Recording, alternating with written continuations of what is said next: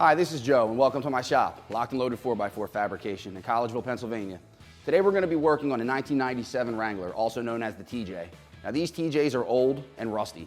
90% of the time when we tear a Jeep down, we find a lot of problem spots on the frame. Now this frame has a lot of scaling on it, inside and out. We're going to clean the inside, and we're going to clean the outside without taking a ton of material away. And we're going to use a DIY product that happens to be our favorite here at the shop, Eastwood. We have our internal frame coating, and we have our external rust encapsulator. We try to do this on all Jeeps that are going to be running through harsh elements for years of protection to come. I'm going to dive into the work now and show you guys how it's done with my tech, Anthony.